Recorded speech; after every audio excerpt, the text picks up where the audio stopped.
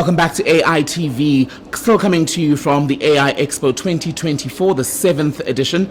Today we're meeting a lot of the startups and some of the other businesses that are here. People have set up exhibitions. Some have been in some of the conversations that are happening. It's a 4-track program, just to remind you, with 52 speakers and programs. And one of the people we've pulled out from the program so far is Veli Mokhabodi. Veli, you run a non-profit. Good to meet you, first of all. Nice to meet you too. We're shaking hands.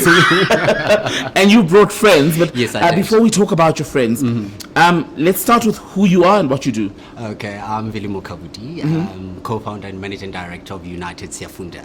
We are a non-profit that started in Soweto. So we promote STEM education by providing, supporting and enabling coding and robotics training in public schools. Okay. More so in under-resourced schools and communities. We have 5 branches now in Soweto, Orange Farm, Timbisa, Davidton, and we have one that we just recently opened in Brakpan. So 5 branches across, let's say, Soweto and other parts of Gauteng. How many children has that exposed you to, or how many children have been exposed, shall I say, to your work, actually? To date, since we started in 2020, we've trained over 6,000 kids. Over 6,000 kids 6,000 in, what, kids. 4 years? In 4 years, wherein we have trained them ourselves, and we have indirect impact by training the teachers. We've trained over 200 teachers to date, so we know that one teacher has access to close to 120 kids a day. So when we train the teachers, we know they can adequately deploy the content in schools. So what happens? You identify the school, or does the school reach out to you? So basically, this is what's happening. Coding and robotics is actually mandated to be part of the curriculum next year.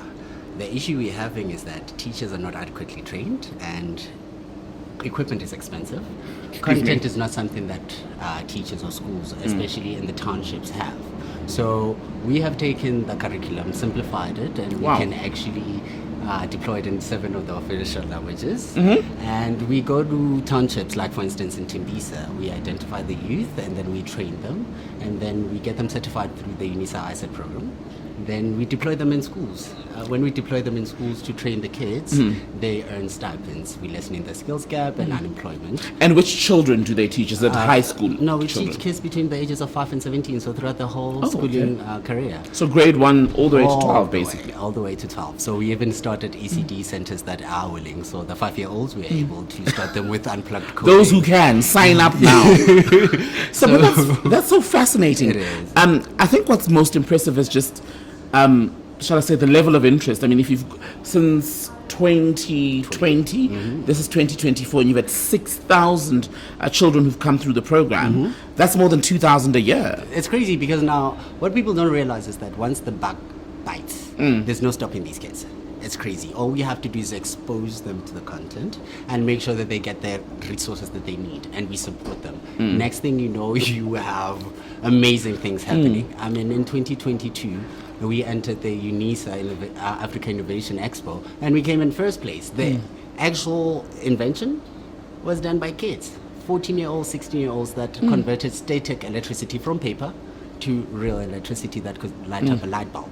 I'm sitting there, I'm like, I would have never thought about that. I still would not be able to think of that. Now tell me, do you then identify children who've got, let's say, maths and science among their subjects, or can anyone sign up? Anybody can sign up. So basically when you get to a school, we know, like for instance, a primary school will have foundation, intermediary and senior phase. Yes. We offer the entire program to the school. So depending on what the school is able to take up, we offer that.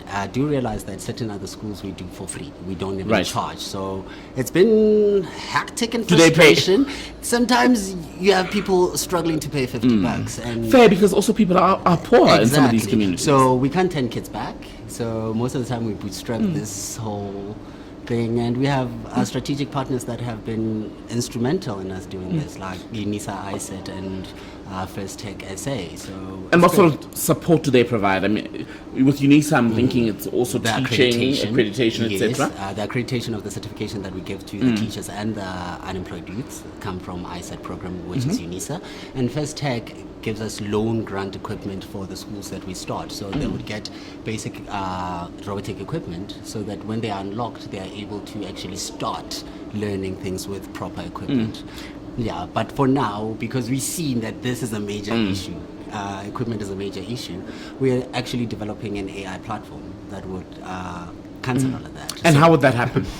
our platform will have a workspace on it that allows for a virtual kid to be within that workspace. So a child is able to learn everything that they could learn with a physical robot without having a physical robot. Like, for instance, look at the EV. Like simulation in a way. Simulation, yes. Okay. Because now, See, I'm learning. yes! I'm almost ready to take a lesson. Where's my accreditation? You know, the crazy part is, I remember when it was back on the market, what was still in the market. What is this, by the way? This is a Lego Mindstorm EV3 robotic kit, right? This system, when it was on the market, it was retailing for over 10,000 rands. Oh, wow. So imagine a school that is in the township that is struggling to have test books. And this can be used by a maximum of 5 kids. 10,000 rand. Yes, so now it's, how many of these can they invest in? It's not feasible.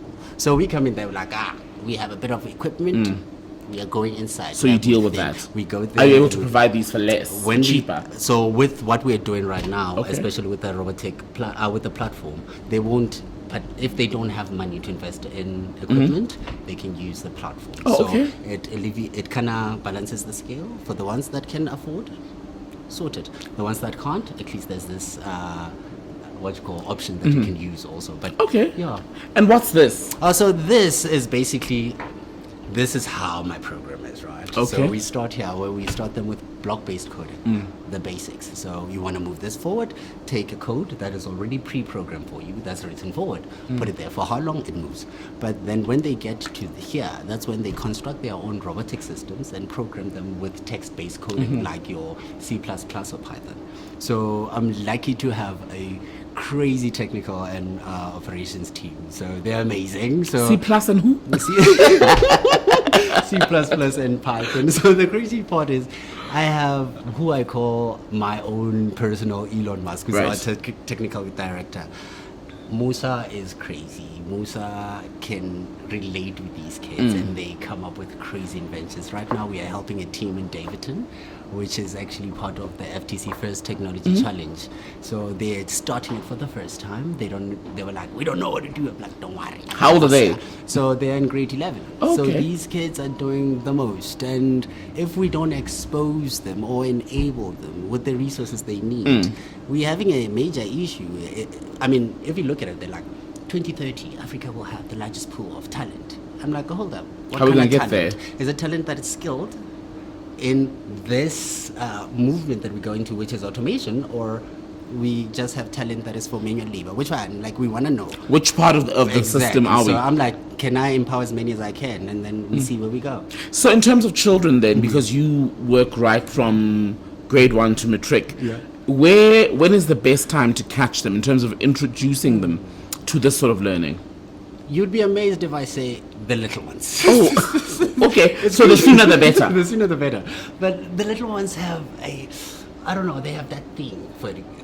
Because it's gamified. It's like playing a game for them. So they play with Lego components and everything. But by the time they're done, they've learned science, maths, engineering, by just color recognition, pattern recognition, algorithm, by just playing. And once they catch on that, as I said, there's no stopping them. All you have to do is just like, here we go.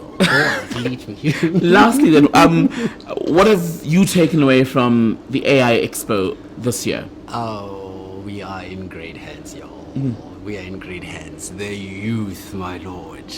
I'm saying this because I went to a few stands. Right. We talking UJ, TUT, and there is a couple of young men that actually made their own Mars rover. Oh, wow. Yeah, and I'm sitting there like we are still in grade 10 or something, and I'm like, you need to motivate the kids. We need to connect. You're also learning. You know what I'm trying? Because I'm sitting there, I'm like, the ingenuity, the innovation. How did they get there? Sometimes you wish you could go back to turn back time and go back to school so that you can learn also. Wow, what? Not going back to school. I wish this was available when I was back in school. But you see the kids that actually have this content, that have all this, the possibilities are endless. I would like to make sure that every township kid and every village kid has the same opportunity. Veli, we hope that you're able to achieve all of that. Thank you so much for speaking to us. By the way, they can follow us on social media. And how do they do that? United Siyafunda on Instagram, LinkedIn, and Facebook. United Siyafunda, LinkedIn, and Facebook. And Facebook. That's where you can get a hold of Veli, perhaps if you want to collaborate or learn. Veli is one of the people who are here. He's a non-profit. He runs a non-profit, at least, that's working or teaching children in schools in Soweto and other parts of Gauteng who are interested in the various conversations going on here at the AI Expo. You're watching AI TV.